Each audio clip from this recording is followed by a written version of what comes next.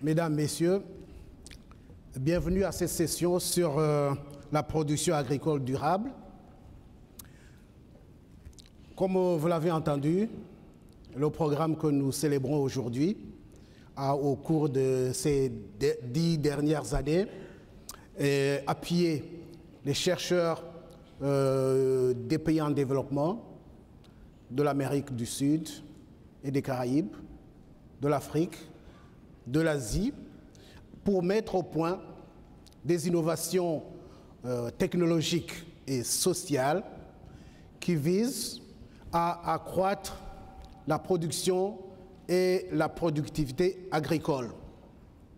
Et cela en utilisant le moins possible d'intrants, c'est-à-dire moins de terre, moins d'eau, moins d'engrais, moins de pesticides, moins de produits vétérinaires et moins d'énergie et moins de temps.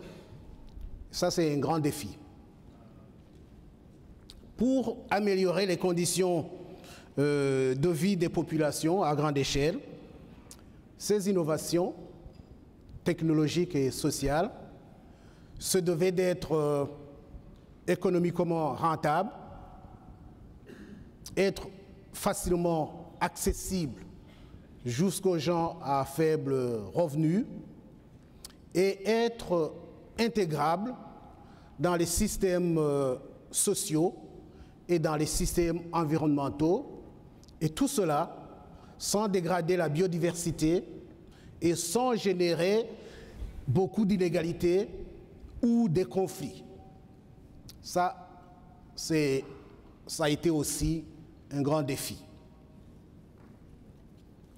En plus, ces innovations technologiques et sociales, j'insiste toujours, parce que des fois on oublie le social, se devaient de ne pas réduire la résilience des systèmes agroalimentaires au changement climatique ou au choc économique. Encore un défi énorme, mais qui a pu être élevé et on en parlera. Et pour arriver à cela, il ne suffisait pas de générer des innovations en laboratoire ou en station de recherche ou à l'échelle pilote. Il fallait surtout les tester avec des utilisateurs. Et ça a été fait. Et je pense que vous avez pu accéder aux documents.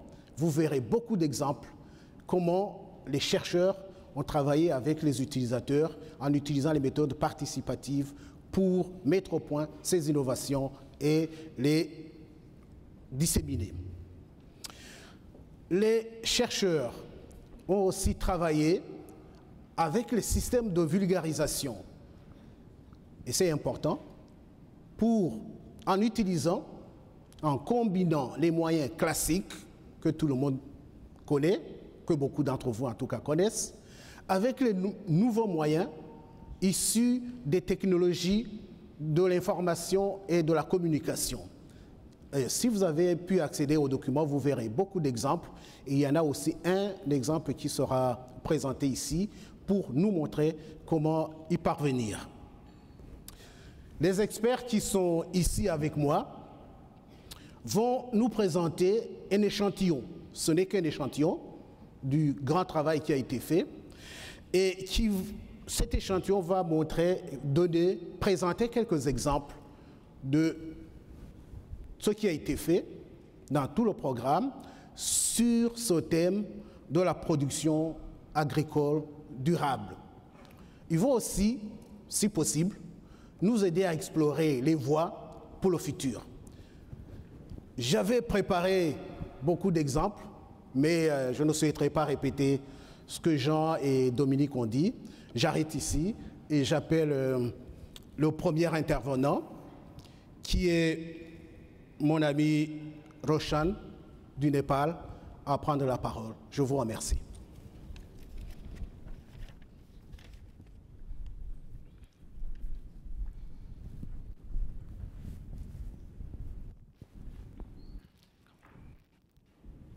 Thank you.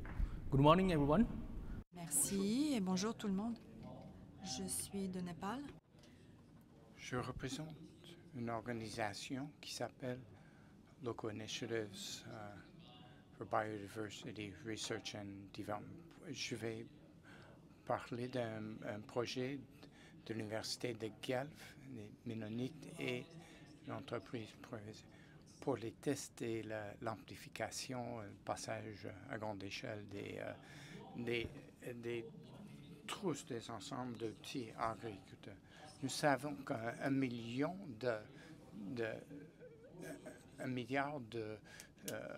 d'agriculteurs de subsistance ont des problèmes de la qualité de la terre, les rendements faibles et beaucoup d'inégalités entre les hommes et les femmes. Mais il y a beaucoup de technologies utiles qui ont été essayées et qui sont disponibles pour aider les agriculteurs à réduire l'aspect de besogne et pour augmenter la production. Mais le problème, c'est que ces technologies ne sont pas disponibles, par exemple, dans les villages ruraux du Népal. Dans le projet CISOF, nous avons préparé un Sustainable Agriculture qui est un ensemble d'outils agricoles avec des produits pour aider les agriculteurs à améliorer la production, par exemple, avec l'Indiam ou toute autre sorte de culture légumineuse.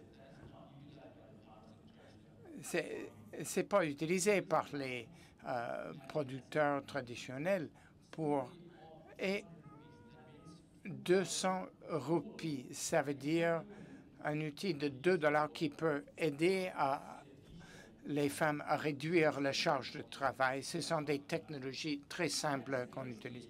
Et à la deuxième étape, quand les fermiers font l'essai de ces choses-là, on essaie de profiter des réseaux de diffusion, une entreprise alimentaire. On n'est pas en train de créer un nouveau système pour passer à une grande échelle. On essaie d'utiliser le système pour rajouter les innovations agricoles à la diffusion, à la distribution. Les réseaux, avec notre appui, environ 57 000 foyers ont pu acheter. Ce n'est pas gratuit, mais ils ont acheté ces technologies pour s'en servir. 79% des usagers sont des femmes. Ça a aidé à améliorer le rendement des cultures de 38% et a réduit le travail de corvée de 78% par année. On peut dire que cette approche peut offrir des technologies utiles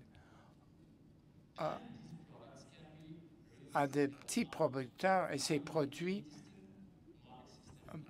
peuvent contribuer à l'élevage à une grande échelle.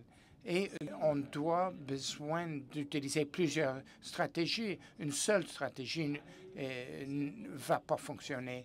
Et cette approche SRK peut être utile pour rendre l'agriculture plus résiliente et durable.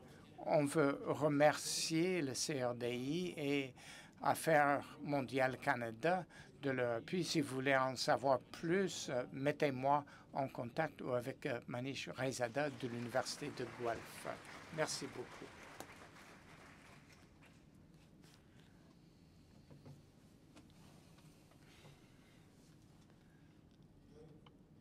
Le prochain présentateur, c'est mon ami Alfred du Ghana.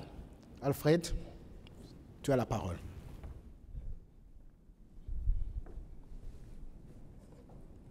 My name is Alfred Yeboah from Ghana, and I'll be presenting on digital technologies for sustainable agricultural production.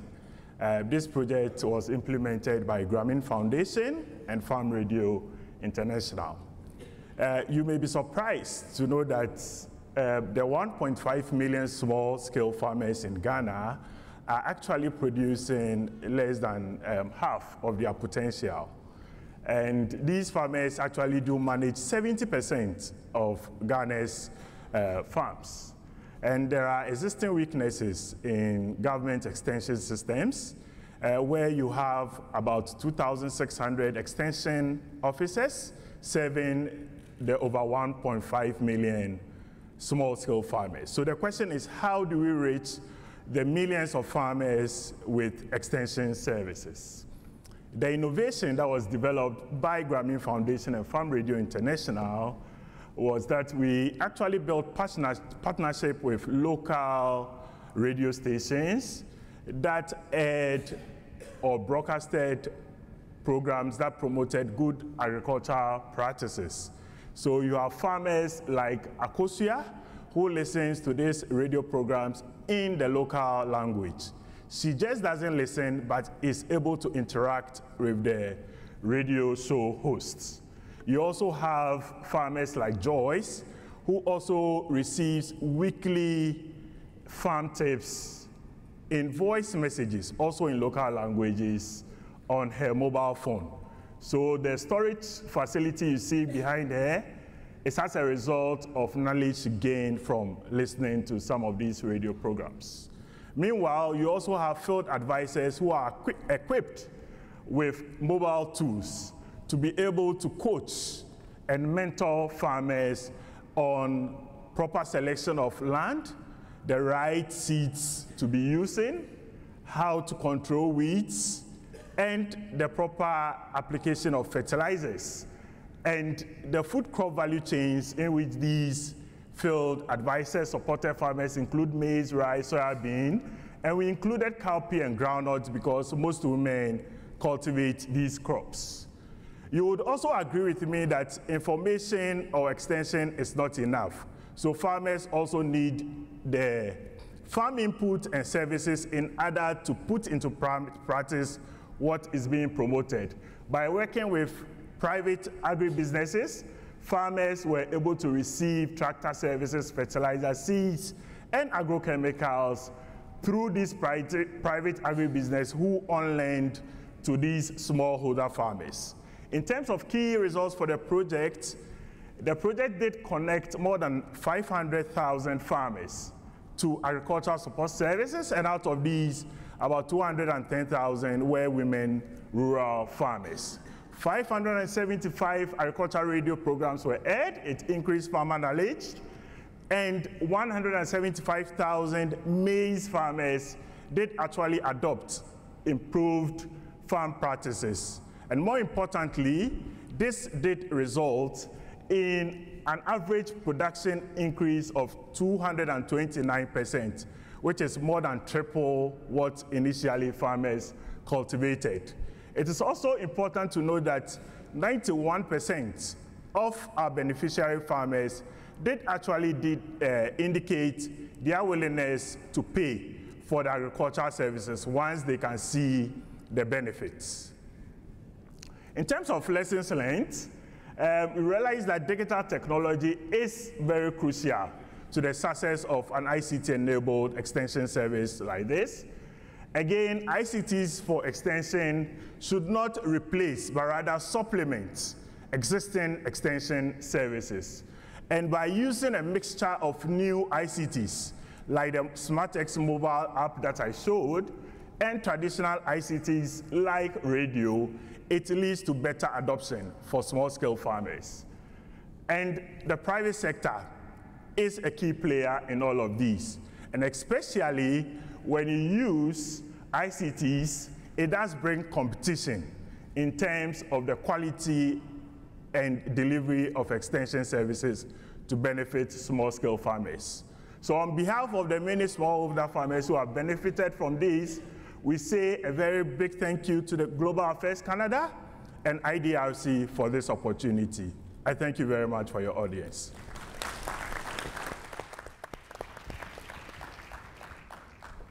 Merci Alfred. J'ai eu Thank you. ce projet à plusieurs reprises. Je vous assure, c'était un plaisir. Dr. Wallace. Thank you. Good morning. Bonjour, mesdames, messieurs, tous les invités. Ce qui est fondamental pour la sécurité alimentaire, ce sont les vaccins. On entend d'un bon équilibre entre les... Vous allez entendre parler de la micronutrition. On calcule entre 25 et 30 des pertes en bétail sont liées aux maladies infectieuses. Certaines maladies importantes se trouvent en Afrique. À la prochaine diapositive, voici quelques maladies fondamentales. Je vais dire les noms en anglais. Lumpy Skin Disease dans les chèvres, Rift Valley Fever, qui peut aussi tuer les êtres humains, Sheeppox et Goatpox, et la peste des petits ruminants dans les chèvres.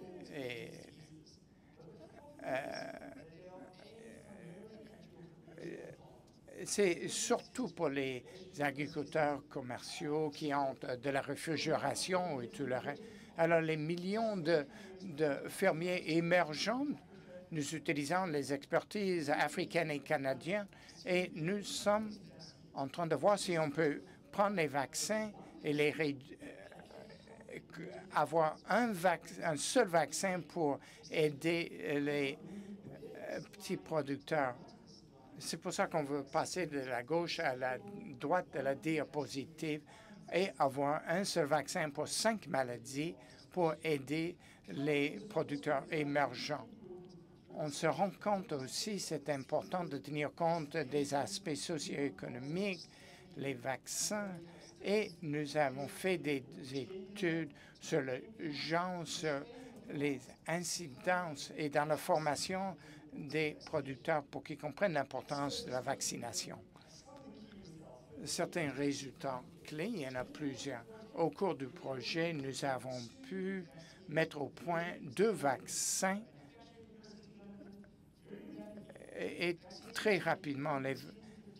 Normalement, on a besoin de 10 à 15 ans pour mettre au point ces vaccins. Alors, mais la plateforme est versatile et on peut travailler dans une région spécifique en considérant les maladies qui sont présentes. Après un premier vaccin pour la fièvre porcine, le vaccin est stable. Les procédures de fabrication sont là aussi. Ce qui est bien dans les vaccins, c'est qu'on peut les insérer dans les processus de production qui existent. On peut sans exigence additionnelle et ça réduit les coûts. Et la bonne nouvelle, c'est qu'avec le travail direct avec les producteurs, nous avons vu que ce sont vraiment les besoins des producteurs qui déterminent la production des vaccins. Et les vaccins doivent comprendre les soins primaires pour les animaux. Alors, vous pouvez trouver de l'information au fond de la salle en arrière. Et vous pouvez... Ce qui est fondamental, c'est que seulement 23% des foyers qu'on a interviewés comprennent que les vaccins peuvent être utilisés pour empêcher les maladies, alors que les médicaments, on les utilise pour traiter les maladies. Alors, nous avons de l'information pour aider. Les leçons apprises, l'intégration de gens est fondamentale pour appuyer la mise au point et le déploiement des vaccins. On a vu que dans le grand bétail, ce sont les femmes qui contrôlent la jante, les hommes font le gros travail physique. Alors, les femmes sont fondamentales pour l'acquisition des vaccins. La communication harmonisée et constante sont fondamentales. Nous travaillons avec les instances réglementaires, les fabricants des vaccins, les partenaires scientifiques et avec les producteurs sur le terrain. Et on n'aurait jamais pu travailler là-dedans sans les partenariats africains et canadiens que nous avons créés au cours du projet.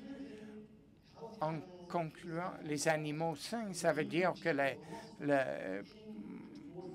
producteurs vont être contents. Alors, nous voulons vous remercier. Nous avons appris beaucoup.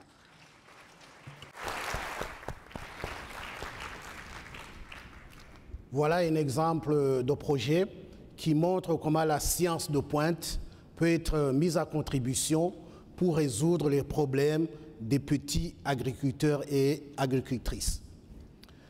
Alors, maintenant, je vais inviter des experts externes qui n'ont pas travaillé avec nous dans le projet, mais qui s'intéressent au développement agricole pour qu'ils nous disent leur point de vue sur ce qui vient d'être présenté, sur ce qu'ils ont lu dans les documents et aussi au vu de leur expérience. Alors, je vais appeler Isabelle du CECI.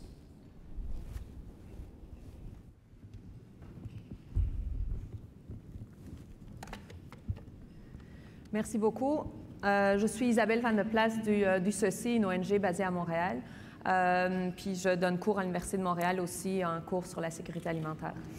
Donc, en fait, avant d'arriver au CECI, je travaillais dans le monde de la recherche. Fait que je trouve ça intéressant d'être de nouveau en contact avec ce monde-là.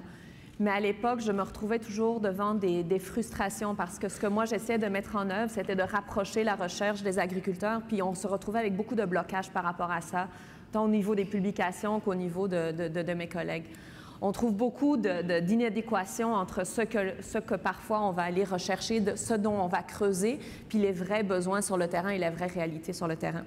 Fait que le sujet que je voudrais aborder aujourd'hui, c'est de voir comment est-ce qu'on peut rapprocher la recherche des plus pauvres, des femmes en particulier, parce que si on veut viser la sécurité alimentaire, il faut qu'on regarde qu'est-ce que les femmes peuvent faire. Et donc, je voudrais m'axer sur le concept de l'adoption. Je pense que toutes les technologies que vous développez, aussi pertinentes qu'elles soient, aussi intéressantes qu'elles soient, n'ont une utilité pour la sécurité alimentaire qu'à partir du moment où elles vont être réellement adoptées par les femmes et par le reste de la communauté. Donc, si on regarde un petit peu les paramètres que forme cette adoption, je pense que la première chose, c'est qu'on a besoin de technologies qui sont extrêmement simples. Ou qui permettent de rendre une technologie simple. Donc, on voit, par exemple, l'exemple du vaccin est complexe comme technologie, mais elle permet de rendre la technologie plus simple pour l'utilisateur. Maintenant, dans les technologies simples, souvent, on se retrouve à essayer d'utiliser des choses qui nous semblent simples, mais la question n'est pas ça, c'est vraiment de voir au niveau de l'utilisateur qu'est-ce qui est accessible.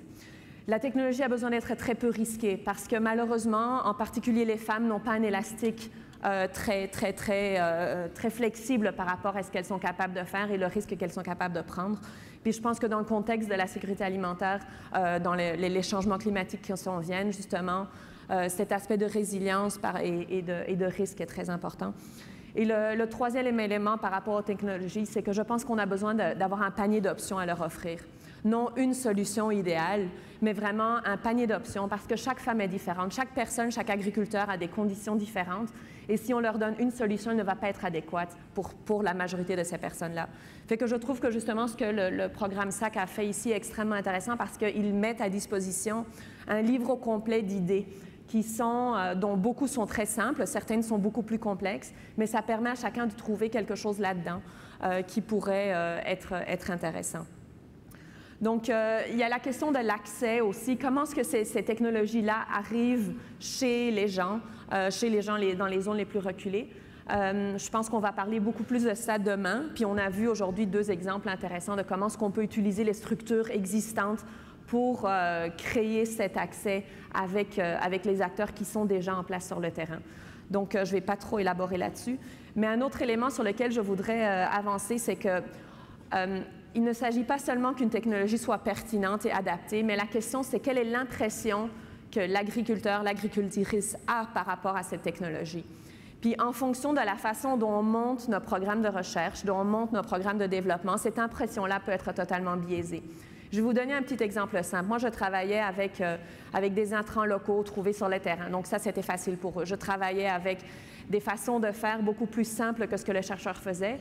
Mais malgré tout, j'avais manqué un élément, c'est que j'utilisais des semences qu'on allait acheter chez un fournisseur en ville parce que dans le monde de la recherche, on dit que les semences ont besoin d'être uniformes parce que sinon, on ne peut pas faire de statistiques avec. À un certain moment, les agriculteurs m'ont dit « c'est bien intéressant, mais moi, je ne peux pas le faire parce que je n'utilise pas ta semence ». Fait que finalement, dans une année suivante, on a fait un compromis majeur qui m'a été critiqué par la suite parce que je n'ai pas pu publier mon matériel, mais j'ai utilisé la semence locale. Essayer de la trouver dans le marché local, de plus uniforme qu'on pouvait, mais les résultats pour l'agriculteur deviennent beaucoup plus pertinents. Fait que quand on parle d'adoption, je pense qu'on doit repenser la façon dont on analyse nos résultats, dont on fait notre recherche pour être capable d'aller augmenter cette impression qu'on laisse sur le terrain par rapport à nos technologies. Puis, dans le même sens aussi, d'aller travailler sur la capacité d'analyse des gens par rapport aux technologies qu'on vient leur amener. On a besoin de renforcer les capacités des gens pour être capable d'analyser ces résultats. Puis je pense que justement, de rapprocher les différentes sortes d'acteurs ensemble, les ONG, les centres de recherche, permet justement d'aller combler ce vide qu'en tant que chercheur, vous ne pouvez pas faire tout seul. Puis pour vous donner un petit exemple encore, si on collabore plus ensemble, on peut arriver à rejoindre beaucoup plus de personnes. En Haïti, par exemple, avec des collègues ici présents de Socodévi et de l'UPADI, le SOCI collabore avec le ministère pour rejoindre des agriculteurs dans un programme de vulgarisation nationale. On a rejoint 17 000 agriculteurs, on s'en va pour 32 000 autres. Et dans ce projet-là, d'avoir accès à des technologies nouvelles, à des idées nouvelles, est un énorme défi.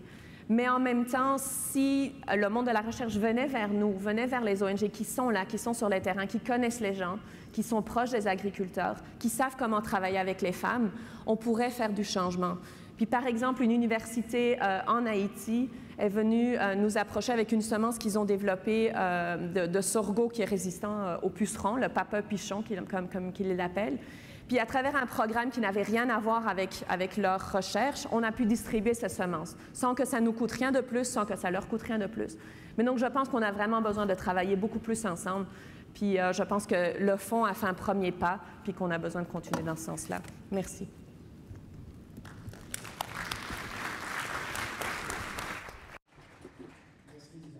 Thank you, Isabelle.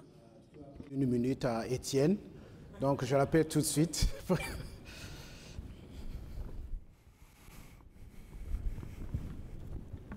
Bonjour, je revendique quand même de garder cette minute, puisque je pourrais parler très longtemps sur ce programme et ces questions, mais en 5 minutes, je vais choisir 2 points. D'abord, je suis du CIRAD, je travaille dans cet organisme français de 800 chercheurs qui travaillent dans 48 pays du monde sur pratiquement le même mandat que le CRDI, sauf que nous, on est chercheurs, on n'est pas bailleurs ni financeurs, mais on a le même mot-clé ensemble, c'est science en partenariat. Nord et Sud se rejoignent pour produire de la connaissance ensemble. Donc les deux messages que j'aurais voulu passer en lisant cet incroyable rapport de 9 ans d'un programme tout à fait intéressant, ça se base sur 2 choses. D'abord, quelque chose qui va rejoindre beaucoup ce que vient de dire Isabelle, c'est que le cerveau des chercheurs évolue il y a quelques années, il y a peut-être quelques décennies, et on en trouve encore aujourd'hui. Les gens rêvent de trouver la technologie qui va changer le monde, qu'on va transférer. Je pense que ce programme et la diversité des projets montrent que si l'innovation technologique, si la connaissance scientifique est centrale dans les transformations, elle n'est jamais seule. Et je pense que ce programme le montre par les méthodes participatives, par les partenariats locaux avec les producteurs. Et il y a des innovations financières, sociales, institutionnelles, politiques, qui sont toujours couplées avec les innovations technologiques. Donc si la recherche est essentielle pour produire de la connaissance et éventuellement produire des nouvelles technologies, la technologie n'est jamais seule. Et je pense que c'est fondamental dans la mesure où ce problème des capacités est essentiel pour le changement d'échelle. Le travail qu'a fait le CISURF en évaluant l'impact, il n'évalue pas les changements de capacité des acteurs, parce que c'est très difficile à évaluer. Les changements de capacité sont probablement un des impacts les plus importants du CISURF, mais qui n'est pas évalué, parce que ces capacités et cet empowerment des acteurs, c'est la résilience de demain, c'est leur capacité de créer des systèmes d'innovation locaux. Donc ça, c'est le premier point. Je pense qu'on est à un moment où la recherche doit s'interroger sur des mots qui sont très démodés, comme transfert, comme adoption, comme vulgarisation, parce que ça ne recouvre pas la façon dont les choses sont faites. Je ne connais pas d'endroit, ça fait 41 ans que je travaille en recherche agronomique, où on a transféré des innovations qui n'ont pas été remodelées par les acteurs. Même l'adoption elle-même ne veut pas dire grand-chose parce que nous, on préfère parler d'appropriation parce que les acteurs remodèlent toujours ce qu'on leur transmet. Ça, c'est le premier point. Je pense que les chercheurs doivent changer leur perspective par rapport au transfert d'une technologie. Le deuxième point, mon dernier point, c'est peut-être le plus important. Cette session, c'est sur la production, l'intensification durable de la production. Et je pense que le programme montre à quel point aussi tout ça, ça a été embarqué, cette multiplicité de critères sur lesquels on peut juger la performance. La nutrition, le revenu, la qualité nutritionnelle de la diversité de ce qui est disponible. Pour autant, je suis persuadé qu'on n'a pas encore tout à fait mesuré le changement radical, absolument radical, que représente l'analyse de la performance agricole. Et là, je parle de production, mais on pourrait parler de transformation. La performance de l'agriculture, ça n'est pas le rendement, ça n'est plus le rendement. La performance de l'agriculture, c'est la production, c'est le revenu, mais c'est aussi la santé, c'est aussi la durabilité écosystémique, c'est aussi la santé des producteurs, des consommateurs, et ça va bien au-delà de la... Et c'est aussi toutes les externalités environnementales. Donc quand on parle de durabilité, on ne peut plus se satisfaire de se féliciter qu'on ait augmenté le rendement, même de façon durable, si on n'a pas analysé tout ce qui suit derrière. Et je crois que le programme le montre, parce qu'il y a des projets qui montrent comment la conservation de la biodiversité est importante. Nous, au CIRAD, on a fait le choix il y a 15 ans de concentrer nos recherches sur la transition agroécologique. Ça veut dire, on a pensé que, et je pense qu'il y a de la place pour tout le monde dans la recherche, les enjeux sont tellement importants, mais on a pensé qu'il y avait un déficit de recherche sur les mécanismes d'intensification des mécanismes écologiques, des fonctionnalités écologiques à la base de la production. La meilleure façon de préserver la biodiversité, c'est de la mobiliser pour produire. La meilleure façon de limiter les externalités environnementales, c'est de mobiliser les fonctionnalités écosystémiques pour produire. Et à mon avis, si on parle des technologies de demain, je pense que la future génération de la recherche, ça sera dans l'intensification des mécanismes et des fonctionnalités de l'écosystème. Non seulement il ne faut pas les dégrader, mais il faut les aggrader, les améliorer. Le capital écosystémique d'un producteur est souvent son seul actif. Sa terre, sa ressource en eau. Et donc je pense que l'intensification durable de demain sera beaucoup plus basée qu'aujourd'hui sur des technologies issues de l'intensification écologique, issues de l'intensification des fonctionnalités de l'écosystème. L'introduction de légumineuses dans une rotation, c'est un premier exemple. Le système push-pull, la lutte biologique, tous ces nouveaux champs, je pense que c'est un gisement extraordinaire des innovations de demain. Et elle renvoie aussi au rôle des systèmes locaux d'innovation parce que l'écosystème d'un producteur n'est jamais identique à celui de son voisin. Ça va obliger les producteurs à être innovants. C'est eux les principaux acteurs, à mon sens, de l'innovation de demain. Donc pour conclure, bravo à ce programme de 9 ans, bravo à cette diversité d'impact et de perspectives.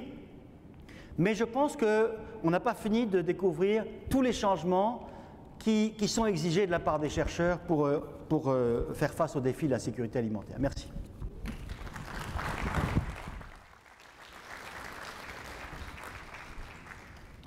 Merci Étienne. Je vous invite à googler son nom et à regarder le tas de publications qui est derrière ce qu'il vient de dire. On va passer à la deuxième séquence, comme Renaud et Franck l'ont dit. On va donc travailler en groupe. Vous restez assis là où vous êtes et nous vous invitons à discuter d'abord de ce qui vient de vous être présenté, en l'enrichissant évidemment avec ce que vous avez lu dans les documents. Qu'est-ce que vous pensez qui est neuf, qui est nouveau avec ce programme? Quelles sont les forces de ce programme et qu'est-ce que vous retenez pour vous? Renaud l'a dit en introduction. La deuxième question que nous souhaiterions, c'est peut-être nous dire qu'est-ce qui manque. si nous avions à faire continuer la programmation, on devrait appuyer sur quoi? Alors, à la fin de cet exercice, vous avez une vingtaine de minutes, on va sélectionner quelques tables et les rapporteurs vont nous dire l'essentiel sur un ou deux points de ce qui vous a semblé être le plus important. Alors, mais avant d'entrer en groupe, je souhaiterais que vous m'aidiez à remercier les experts et les panélistes.